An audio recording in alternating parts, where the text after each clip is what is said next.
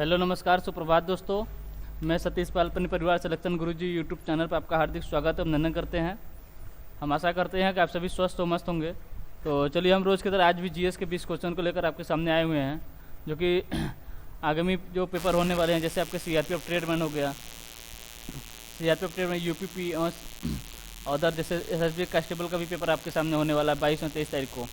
ठीक, तो उसी के आधार पर हम जीएस के 20 क्वेश्चन का आज भी लेकर आपके सामने आए हुए हैं। तो चलिए हम अपने प्रैक्टिस सेट की तरफ बढ़ते हैं और अपना पहला क्वेश्चन देखते हैं। हमारा पहला क्वेश्चन दिया है कि शंभू महाराज, हमारा पहला क्वेश्चन दिया है कि शंभू महाराज निम्नलिखित में से किस नृत्य शैली से जुड़े एक प्रसिद्ध व्यक्तित्व थे। इसकी बात कर रहा है शंभू महाराज की, शंभू महाराज की, इसकी बात कर रहा है शंभू महाराज की। ठीक, शंभू महाराज निम्नलिखित में से किस नृत्य शैली से जुड़े एक प्रसिद्ध व्यक्तित्व थे, व्यक्तित्व थे। ऑप्शन ए दिया आपका कथकली, ऑप्शन बी दिया है ओडिसी, ऑप्शन सी दिया है मणिपुरी और ऑप्शन डी दिया आपका कथक। ऑप्शन डी क्या दिया है, कथक। तो शंभू महाराज किससे संबंधित है, आपके कथक से संबंधित हैं, कथक से संबंधित हैं। ऑप्शन डी हमारा सही आंसर होता है।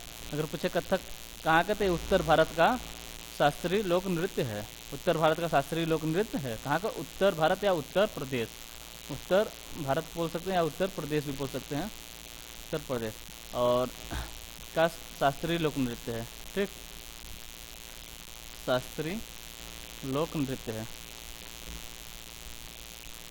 नृत्य है। ठीक, और पूछे अगर शंभू महाराज का मतलब कहाँ से बिलोंग करते हैं, तो आपके उत्तर प्रदेश से बिलोंग करते हैं। किस घराने से, लखनऊ घराने से, लखनऊ घराने से शंभू महाराज आपके बिलोंग करते हैं। ठीक, और तीसरी बात शंभू महाराज के बारे में हम जान चुके हैं, क्योंकि एक किससे संबंधित है, आपके शास्त्रीय लोक नृत्य कथक से संबंधित है, जो कि उत्तर भारत का शास्त्रीय लोक नृत्य है और ये यूपी के रहने वाले हैं और लखनऊ घराने से संबंध रखते हैं। ठीक, चलिए अगला क्वेश्चन देखते हैं। अगला क्वेश्चन दिया है 1967 में अशोक चक्र वर्ग 11 का नाम मतलब वर्ग द्वितीय वर्ग होगा का नाम बदलकर कर दिया गया है, का नाम बदलकर कर दिया गया है। ऑप्शन ए दिया अशोक चक्र, ऑप्शन बी दिया है कीर्ति चक्र, ऑप्शन सी दिया है शौर्य चक्र और ऑप्शन डी दिया आपका वीर चक्र। ऑप्शन डी क्या दिया है, वीर चक्र। 1967 में अशोक चक्र वर्ग का नाम बदलकर क्या कर दिया गया, तो कर दिया आपका क्या, कीर्ति चक्र। 1967 के बाद इसका नाम क्या कर दिया गया है, इसका नाम कर दिया आपका कीर्ति चक्र। अगर पूछे इसका गठन कब हुआ था, तो इसकी मतलब इसकी शुरुआत कब हुई थी, इसकी शुरुआत कब हुई थी, मतलब ये क्या है, एक तरह से जैसे आपका मतलब सेना को एक मतलब सेना को एक सम्मानित करने के लिए मतलब एक पुरस्कार है। कौन सा क्या है, पुरस्कार है कीर्ति चक्र, जो कि अशोक चक्र बाद और सूर्य चक्र के पहले इसका स्थान आता है। ठीक, कीर्ति चक्र का जैसे इसकी शुरुआत कब की गई थी, इसकी शुरुआत हुई थी आपकी 4 जनवरी 1952 को यह शुरू किया गया था। ठीक, चलिए अगला क्वेश्चन देखते हैं। अगला क्वेश्चन दिया है कि जैसे जैसे कोई हिमालय पर ऊपर की ओर जाता है, जैसे जैसे कोई हिमालय पर ऊपर की ओर जाता है, वायुमंडलीय दाब पर क्या प्रभाव पड़ता है, वायुमंडलीय दाब पर क्या प्रभाव पड़ता है। ऑप्शन दिया आपका है घटता जाता है, मतलब वायुमंडलीय दाब घटता जाता है। ऑप्शन बी दिया है वायुमंडलीय दाब कई गुना हो जाता है। ऑप्शन सी दिया आपका वायुमंडलीय दाब जो है वो नियत रहता है। और ऑप्शन डी क्या कह रहा है, ऑप्शन डी कह रहा है कि वायुमंडलीय दाब जो है वो बढ़ता जाता है। ठीक, तो अगर हम वायुमंडलीय दाब की बात करें, वायुमंडलीय दाब की बात करें, तो वायुमंडलीय दाब जो होता है वो ऊंचाई के व्युत्क्रमानुपाती होता है। वायुमंडलीय दाब जो होता है, वायुमंडलीय दाब ये क्या होता है, ये किसके व्युत्क्रमानुपाती होता है, ये ऊंचाई के व्युत्क्रमानुपाती होता है। व्युत्क्रमानुपाती मतलब उल्टा होता है, व्युत्क्रमानुपाती होता है। वायुमंडलीय दाब ऊंचाई के व्युत्क्रमानुपाती होता है, यानी जैसा जितने ऊंचाई पे आप जाएंगे वायुमंडलीय दाब कम होता जाएगा। और जितने ऊंचाई से नीचे आएंगे वायुमंडलीय दाब आपका बढ़ता जाएगा है। ठीक, तो हम जब हम मतलब जैसे क्वेश्चन दिया था, जैसे जैसे कोई हिमालय पर ऊपर की ओर जाता है, तो यानी ऊपर की ओर जा रहा है तो वायुमंडलीय मतलब कम हो जाएगा, तो यानी वायुमंडलीय दाब क्या हो जाएगा आपका घटता जाता है। वायुमंडलीय दाब जैसे आप ऊपर जाएंगे वैसे उसी हिसाब से आपका घटता चला जाता है, यानी ऑप्शन ए हमारा सही आंसर होता है। चलिए अगला क्वेश्चन देखते हैं। अगला क्वेश्चन दिया आपकी पृथ्वी की सतह के ऊपर ओजोन परत किससे सुरक्षा प्रदान करती है। जो ओजोन परत है वो हमें किससे सुरक्षा प्रदान करती है। ऑप्शन दिया आपका एक्स किरणों से, ऑप्शन बी दिया परावैंगनिक किरणों से, ऑप्शन सी दिया है गामा किरणों से, और ऑप्शन डी क्या दिया है अवरक्त किरणों से। तो किसका ओजोन परत किस मतलब किस मंडल पाया जाता है, या पाया जाता है आपके समताप मंडल में। ओजोन परत किसमें पाया जाता है, या जाता है आपका समताप मंडल में। ठीक, सबसे निचली परत कौन सा है, वो आपका क्षोभ मंडल है। कौन सा है, क्षोभ मंडल। इसके बाद आता है आपका समताप मंडल, जिसमें आपके ओजोन परत पाए जाते हैं। और ये आपको किससे सुरक्षा प्रदान करते हैं, तो ये आपको परावैंगनिक किरणों से सुरक्षा प्रदान करते हैं, यानी ऑप्शन बी हमारा क्या होता है सही आंसर होता है। चलिए अगला क्वेश्चन देखते हैं। अगला क्वेश्चन दिया है फरवरी 2023 में निम्नलिखित में से किसे नीति आयोग का नया सीईओ नियुक्त किया गया है। फरवरी 2023 में क्वेश्चन नंबर 5 है।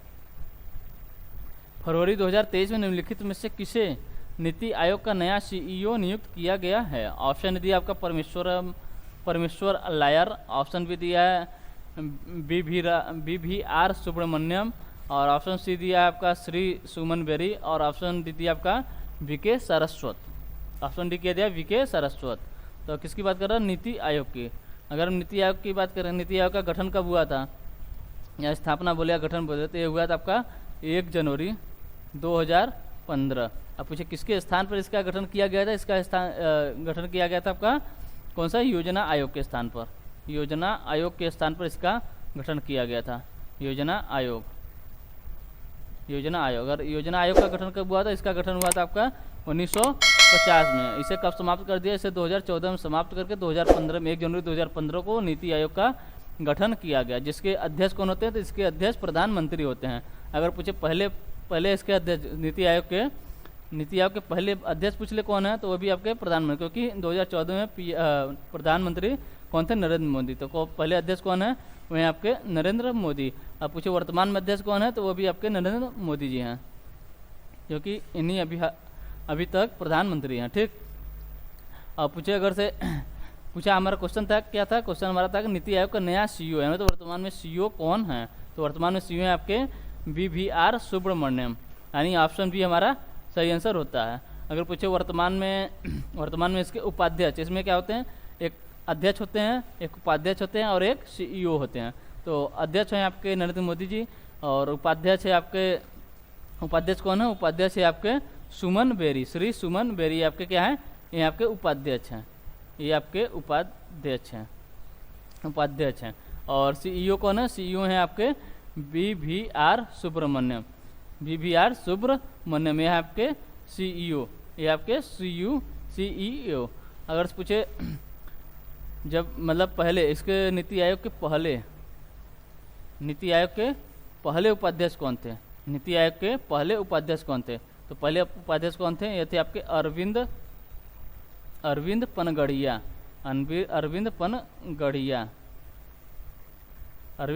इसके क्या थे, इसके पहले उपाध्यक्ष थे।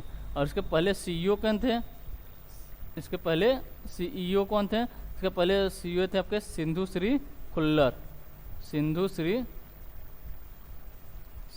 खुल्लर, इसके पहले सीईओ थे। ठीक, चलिए एक बार फिर से देख लेते हैं। पूछा किसकी बात कर रहा है, बात कर रहा है आपका नीति आयोग के।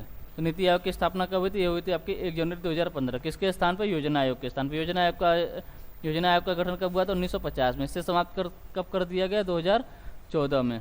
ठीक, आप पूछे नीति आयोग के प्रथम अध्यक्ष कौन थे, तो थे आपके प्रधानमंत्री नरेंद्र मोदी थे। पहले उपाध्यक्ष की बात करें, तो पहले उपाध्यक्ष थे आपके अरविंद पनगड़िया। पहले सीईओ कौन थे, तो आपके सिंधु श्री खुल्लर। वर्तमान में अध्यक्ष कौन है? वो भी आपके प्रधानमंत्री नरेंद्र मोदी जी हैं। वर्तमान में उपाध्यक्ष कौन है? तो वर्तमान में उपाध्यक्ष आपके श्री सुमन वेरी। और वर्तमान में सीईओ कौन है? तो BVR सुब्रमण्यम। ठीक, चलिए अगला क्वेश्चन देखते हैं। अगला क्वेश्चन दिया है निम्नलिखित रसायनों में से कौन सा पटाखों के बारूद में व्यापक रूप से उपयोग किया जाता है? निम्नलिखित रसायनों में से कौन सा पटाखों के बारूद के रूप में उपयोग किया जाता है? ऑप्शन ए दिया आपका सिल्वर नाइट्रेट और चारकोल। ऑप्शन बी दिया आपका सिल्वर नाइट्रेट और सल्फर। ऑप्शन सी दिया है पोटेशियम सल्फेट और फास्फोरस। और ऑप्शन डी दिया आपका पोटेशियम नाइट्रेट सल्फर और चारकोल। किसकी बात कर रहा है? बारूद में व्यापक रूप से, मतलब बारूद में व्यापक रूप से किसका प्रयोग किया जाता है? तो किया जाता है आपका पोटेशियम नाइट्रेट सल्फर और चारकोल, यानी ऑप्शन डी हमारा जो होता है ये सही आंसर होता है। ठीक, चलिए अगला क्वेश्चन देखते हैं। अगला क्वेश्चन दिया है विशाल स्नानागार। विशाल स्नानागार की खुदाई किस हड़प्पा स्थल से की गई थी? विशाल स्नानागार की खुदाई किस हड़प्पा स्थल से की गई थी? ऑप्शन ए दिया आपका हड़प्पा। ऑप्शन बी दिया मोहनजोदाड़ो। ऑप्शन सी दिया राखीगढ़ी। और ऑप्शन डी दिया है आपका धोलावीरा। ऑप्शन डी दिया आपका धोलावीरा। इसकी बात कर रहा है विशाल स्नानागार। विशाल स्नानागार इसकी खुदाई किस हड़प्पा स्थल से की गई थी? इसकी खुदाई की गई थी आपके मोहनजोदाड़ो से, यानी ऑप्शन बी हमारा जो होता है ये सही आंसर होता है। अगर पूछे जो मोहनजोदाड़ो है वर्तमान में कहाँ पर है? तो ये आपके पाकिस्तान में। कहाँ पर है? पाकिस्तान में। पाकिस्तान में क्या है? जो आपके मोहनजोदाड़ो है। मोहनजोदाड़ो कहाँ पर है? आपके पाकिस्तान में। अगर पूछे किस नदी के तट पर है? तो आपके सिंधु नदी के तट पर है। किस नदी पर है? सिंधु नदी के तट पर स्थित सबसे विशाल स्नानागार है। ठीक, चलिए अगला क्वेश्चन देखते हैं। अगला क्वेश्चन दिया संयुक्त राष्ट्र संघ का मुख्यालय कहाँ स्थित है? संयुक्त राष्ट्र संघ का मुख्यालय कहाँ स्थित है? ऑप्शन ए दिया आपका न्यूयॉर्क। ऑप्शन बी दिया है पेरिस। ऑप्शन सी दिया है जिनेवा। और ऑप्शन डी दिया है आपका लंदन। ऑप्शन डी दिया आपका लंदन। इसकी बात करें संयुक्त राष्ट्र संघ। संयुक्त राष्ट्र संघ का मुख्यालय कहाँ स्थित है? तो हम पहले हम संयुक्त राष्ट्र संघ की स्थापना के बारे में बात करते हैं। संयुक्त राष्ट्र संघ की स्थापना कब हुई थी? इसकी स्थापना हुई थी आपकी 24 अक्टूबर 1945 को इसकी स्थापना हुई थी। और पूछे संयुक्त राष्ट्र संघ दिवस कब मनाया जाता है? तो मनाया जाता है आपका 24 अक्टूबर को। 24 अक्टूबर को यूएनओ दिवस मनाया जाता है। यूएनओ दिवस कब मनाया जाता है? मनाया जाता है आपके 24 अक्टूबर को संयुक्त राष्ट्र संघ दिवस मनाया जाता है। अगर पूछे इसमें वर्तमान में कितने सदस्य हैं? इसमें वर्तमान में टोटल 193 सदस्य देश हैं। 193 सदस्य देश हैं। अगर पूछे 193वां देश कौन सा है? तो 193वां देश है आपका दक्षिणी सूडान। दक्षिणी सूडान इसका 193वां देश है। दक्षिणी सूडान इसका 193वां देश है। अब उसे इसका मतलब इसका मुख्यालय कहाँ स्थित है? तो इसका मुख्यालय स्थित है आपके न्यूयॉर्क में। कहाँ पर? न्यूयॉर्क में। यानी ऑप्शन ही हमारा जो है वो सही आंसर होता है। चलिए अगला क्वेश्चन देखते हैं। अगला क्वेश्चन दिया महासागर की प्रॉपर्टी मुख्यतः सिलिका और डैश की बनी होती है। महासागर की प्रॉपर्टी मुख्यतः सिलिका और डैश की बनी होती है। ऑप्शन ए दिया आपका मैग्नीशियम। ऑप्शन बी दिया लोहा। और ऑप्शन सी दिया मैग्नीज। ऑप्शन डी दिया आपका सल्फर। ऑप्शन डी क्या दिया है? सल्फर।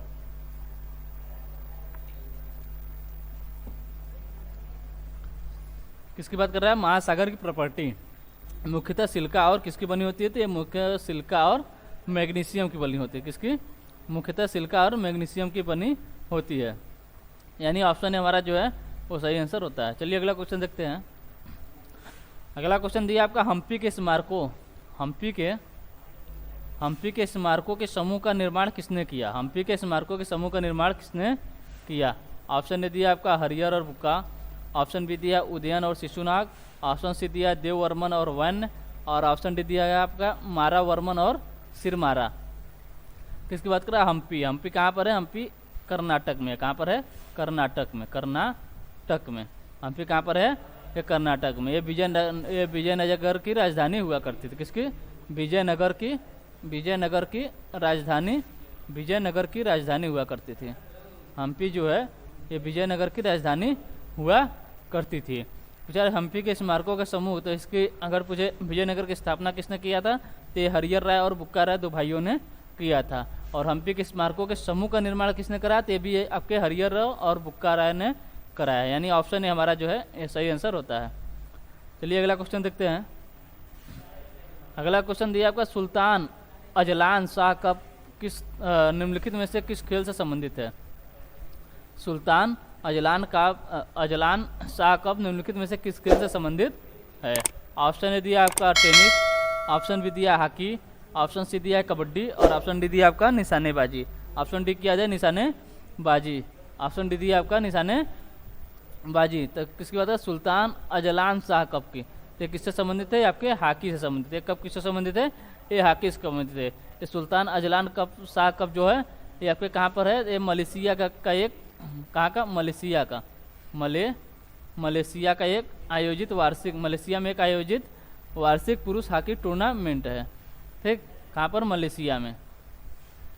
चलिए अगला क्वेश्चन देखते हैं। अगला क्वेश्चन दिया, सुभाष चंद्र बोस ने भारतीय राष्ट्रीय कांग्रेस छोड़ने के बाद किस दल की स्थापना की थी?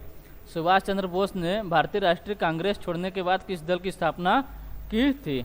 ऑप्शन ए दिया आपका क्रांतिकारी पार्टी, ऑप्शन बी दिया आज़ाद हिंद फौज, ऑप्शन सी दिया रिपब्लिकन पार्टी, ऑप्शन डी दिया आपका फॉरवर्ड ब्लॉक। ऑप्शन डी क्या दिया है? Forward block. तो किसकी बात कर रहा है? सुभाष चंद्र बोस की, सुभाष चंद्र बोस की। तो इन्होंने कांग्रेस के छोड़ने के बाद किस दल की स्थापना की थी? तो इन्होंने की थी आपके फॉरवर्ड ब्लॉक की। किसकी? फॉरवर्ड ब्लॉक की। कब किए थे? तो किए थे आपके 3 मई 1939 को, 3 मई 1939 को। ठीक, अगर पूछे इन्होंने किस अधिवेशन की अध्यक्षता की थी? तो इन्होंने की थी आपके 1938 के हरिपुरा अधिवेशन, 1938 के हरिपुरा अधिवेशन, जो कि कहाँ पर हुआ है? ये आपके गुजरात में। इसकी अध्यक्षता किसने की थी? तो कांग्रेस की अध्यक्षता 1938 में है, तो सुभाष चंद्र बोस ने किए थे। ठीक, और 1939 में भी इन्होंने कहाँ पर? त्रिपुरी अध्यक्षता, जो कहाँ पर है? आपके मध्य प्रदेश में है। त्रिपुरी अध्यक्षता भी मतलब महात्मा गांधी के प्री कैंडिडेट थे आपके पट्टाभी सीतारमैया को हराकर इन्होंने मतलब वहाँ पर चुनाव हुआ था अध्यक्षता करने के लिए, तो उन्होंने पट्टाभी सीतारमैया को हराकर इन्होंने जीता था और इसके अध्यक्ष भी बने थे। लेकिन महात्मा गांधी के नाराजगी के कारण इन्होंने कांग्रेस पार्टी को छोड़ दिया और छोड़कर क्या बनाया था? ये फॉरवर्ड ब्लॉक की स्थापना किए थे। कब किए थे? 3 मई 1939 को फॉरवर्ड ब्लॉक की स्थापना किए थे। चलिए अगला क्वेश्चन देखते हैं। अगला क्वेश्चन दिया आपका, शिवाजी के शासनकाल में विदेशी मामलों का मंत्री क्या कहलाता था? शिवाजी के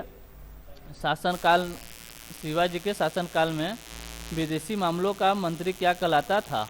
ऑप्शन ए दिया आपका प्रधान, ऑप्शन बी दिया अमात्य, ऑप्शन सी दिया मंत्री और ऑप्शन डी दिया आपका सुमंत। ऑप्शन डी क्या दिया है? सुमंत। ऑप्शन डी दिया आपका सुमंत। अगर पूछे शिवाजी का राज्याभिषेक कब हुआ था? ये हुआ था आपके 6 जून 1674 में इनका राज्याभिषेक हुआ था। और इनके शासन काल में मतलब इनके दरबार में कौन रहते थे? इनके दरबार में आपके अष्टदिग्गज रहते थे।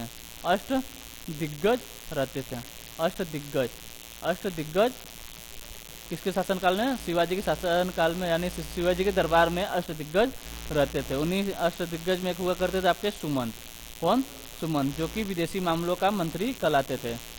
विदेशी मामलों के मंत्री कहलाते थे। कौन? सुमंत। ये अष्टदिग्गज में शामिल थे। यानी ऑप्शन डी हमारा जो है सही आंसर होता है। चलिए अगला क्वेश्चन देखते हैं। अगला क्वेश्चन दिया आपका 1857 में। 1857 ईस्वी में झांसी के विद्रोह को किसने दबाया? 1857 के झांसी के विद्रोह को किसने दबाया? तो ऑप्शन ए दिया आपका कर्नल नील, ऑप्शन बी दिया हीरोज और ऑप्शन डी दिया आउटरम और ऑप्शन डी दिया आपका सिले। ऑप्शन डी दिया आपका सिले। 1857 ईस्वी में झांसी के विद्रोह को किसने दबाया? तो ये कौन थे? कौन अंग्रेज था? तो कांग्रेस था आपका अंग्रेज हीरोज था। यानी ऑप्शन बी हमारा जो है ये सही आंसर होता है। चलिए अगला क्वेश्चन देखते हैं।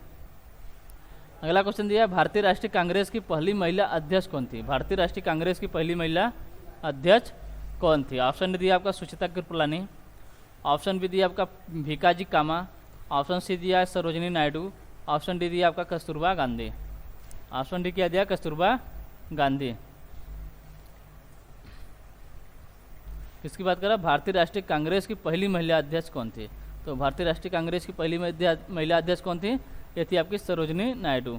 सरोजनी नायडू थी, सरोजनी नायडू, यानी ऑप्शन सी हमारा ये सही आंसर होता है। अब ये सरोजनी नायडू अध्यक्षता कब की थी? ये करी थी 1925 में। कानपुर अध्यक्षता की, कानपुर की अध्यक्षता की थी। कब? 1925 में। ठीक। और सरोजनी नायडू के बारे में बात करते हैं, भारत की पहली महिला राज्यपाल हैं। भारत की पहली महिला राज्यपाल कहाँ की? उत्तर प्रदेश की पहली महिला राज्यपाल।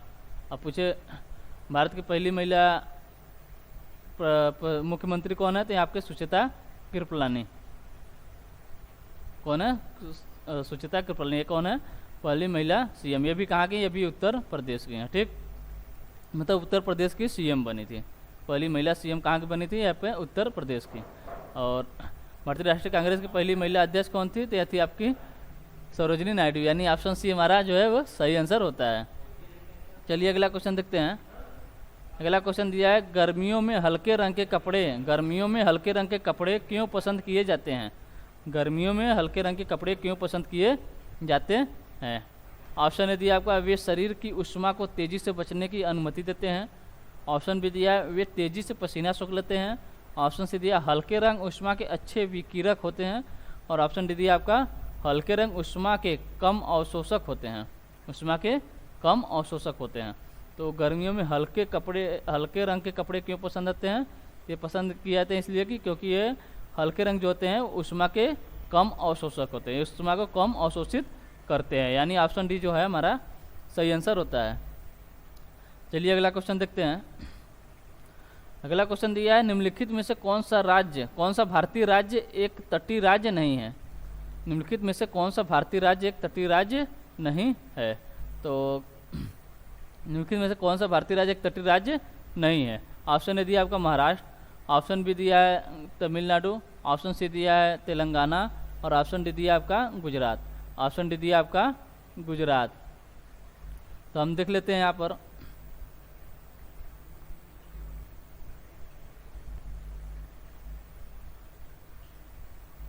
यहाँ पर देख लेते हैं आपके। ठीक, तो ये आपका गुजरात, इसके बाद है महाराष्ट्र के बाद है आपका गोवा, फिर है कर्नाटक, फिर उसके बाद आता है आपका केरल, यानी एक ये आपका गुजरात के बाद आपका है महाराष्ट्र के बाद है आपका गोवा के बाद है आपका कर्नाटक के बाद है आपका केरल। 1 2 3 4 5, यानी 5 राज्य जो हैं ये आपके पश्चिमी तट पे हैं।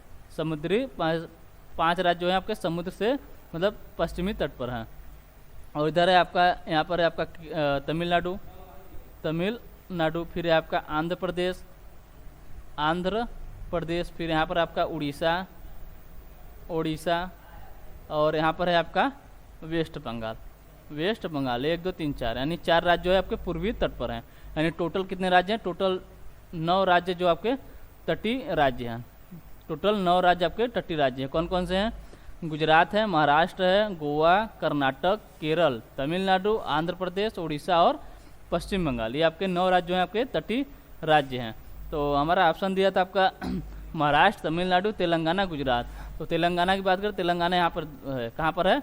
तेलंगाना यहाँ पर दर्शाया है। तो तेलंगाना जो है आपका तटीय राज्य नहीं है। तेलंगाना क्या है? तटीय राज्य।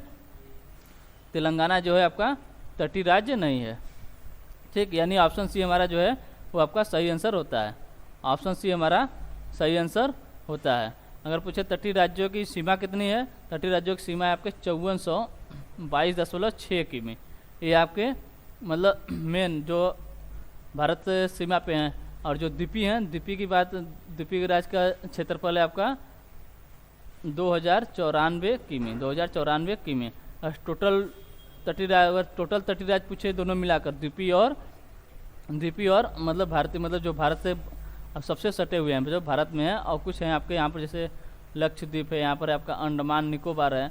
ये सबको अगर से जोड़ कर टोटल बात करें तो ये आपके 7516.6 किमी ये टोटल तटीय सीमा है। ठीक, चलिए अगला क्वेश्चन देखते हैं।